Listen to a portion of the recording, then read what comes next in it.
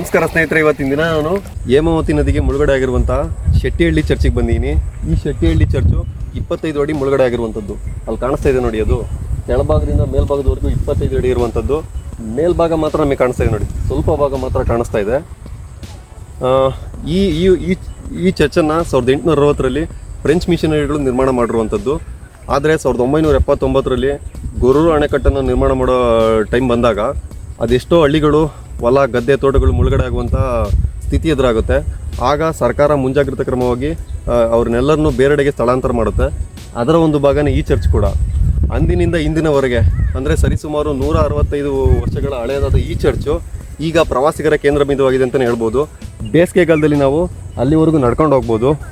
ಈಗ ಮಳೆಗಾಲ ಇರೋದ್ರಿಂದ ಹೇಮಾವತಿ ನದಿ ತುಂಬಿ ಹರಿತಾ ಇರೋದ್ರಿಂದ ಮುಕ್ಕಾಲು ಭಾಗ ನೀರು ಮುಚ್ಕೊಂಡಿದೆ ನೋಡಿ. ಅಲ್ಲಿ ಅಂದರೆ ಮೇಲ್ಭಾಗ ಮಾತ್ರ ನಮಗೆ ಕಾಣಿಸ್ತಾ ಇದೆ ನೋಡಿ. ಇನ್ನೆಲ್ಲನೂ ನೀರಿನಿಂದನೇ ಆವೃತವಾಗಿದೆ. ಯಾವುದೇ ಥರ ನಾವು ಅಲ್ಲಿಗೆ ನಡ್ಕೊಂಡು ಹೋಗೋಕ್ಕಾಗೋದೇ ಇಲ್ಲ, ಯಾಕಂದರೆ 25 ಅಡಿ ಆಳ ಇದೆ ಅದು. ನೋಡಿ, ಪಕ್ಷಿಗಳೆಲ್ಲ ಕುತ್ಕೊಂಡಿದೆ, ಕಾಗೆ ಪಕ್ಷಿಗಳು ಎಲ್ಲನೂ ಕೂಡ ಅದ್ರ ಮೇಲೆ ಬಂದು ಕುತ್ಕೊಂಡಿದೆ.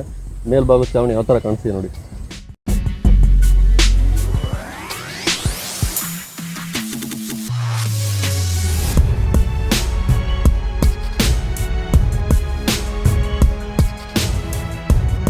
ನೀವು ಈ ಸ್ಥಳಕ್ಕೆ ಭೇಟಿ ನೀಡಬೇಕು ಅಂತಂದರೆ ಬೆಂಗಳೂರಿನಿಂದ ಬರ್ತಾ ಇದ್ರೆ 200 ಕಿಲೋಮೀಟ್ರ್ ಆಗುತ್ತೆ, ಮೈಸೂರಿನಿಂದ 115 ಕಿಲೋಮೀಟ್ರು ಹಾಗೂ ಹಾಸನದಿಂದ 20 ಕಿಲೋಮೀಟ್ರು. ಈ ಪ್ಲೇಸ್ನ ನಾನು ಡಿಸ್ಕ್ರಿಪ್ಷನಲ್ಲಿ ಕೊಟ್ಟಿರ್ತೀನಿ. ಇವಾಗ ಇನ್ನೊಂದು ಫೇಮಸ್ ಪ್ಲೇಸ್ನ ಎಕ್ಸ್ಪ್ಲೋರ್ ಮಾಡೋಣ ಅಂತ ಇದ್ದೀನಿ, ಬನ್ನಿ ನೋಡ್ಕೊಂಬರೋಣ.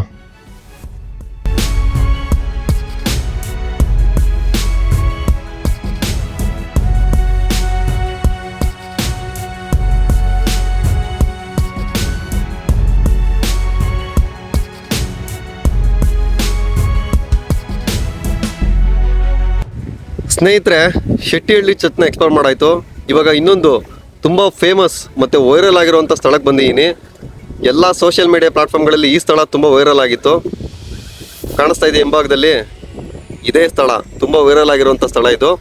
ಇದು ಹಾಸನದಿಂದ 25 ಕಿಲೋಮೀಟರ್ ದೂರದಲ್ಲಿರುವಂಥದ್ದು ಹಾಗೂ ಗೊರೂರು ಡ್ಯಾಮ್ನಿಂದ ಕೇವಲ 2 ಕಿಲೋಮೀಟರ್ ದೂರದಲ್ಲಿರುವಂಥ ಒಂದು ಸ್ಥಳ ಇದು. ಇಲ್ಲಿನ ಸುತ್ತಮುತ್ತಲಿನ ಪ್ರದೇಶಗಳು ಗೊರೂರು ಅಣೆಕಟ್ಟಿನ ಹಿನ್ನೀರಿನಿಂದನೇ ಆವೃತಗೊಂಡಿರುವಂಥದ್ದು. ನೋಡ್ತಾ ಇರ್ಬೋದು ನೀವು, ಇಲ್ಲಿ ಇದೆಯಲ್ಲ ನೀರಿದು, ಇದು ಹೇಮಾವತಿ ನದಿಯ ನೀರಿದು.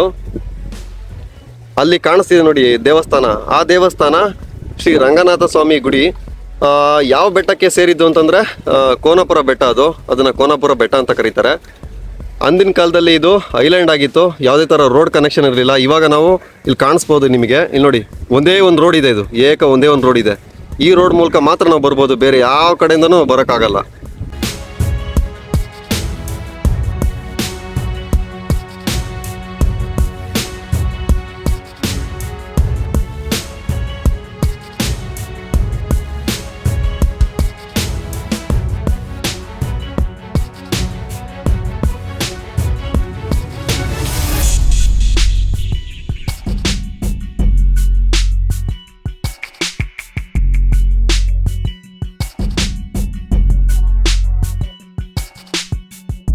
ಸ್ನೇಹಿತರೆ, ಶೆಟ್ಟಿಹಳ್ಳಿ ಚರ್ಚ್ ಹಾಗೂ ಕೋನಪುರ ಬೆಟ್ಟ, ಶ್ರೀ ರಂಗನಾಥ ಸ್ವಾಮಿ ದೇವಾಲಯದ ಗುಡಿ ಮತ್ತು ಅದರಿಂದ ಸುತ್ತಮುತ್ತಲಿನ ಪ್ರದೇಶಗಳನ್ನು ನೋಡ್ಕೊಂಬಂದಾಯಿತು.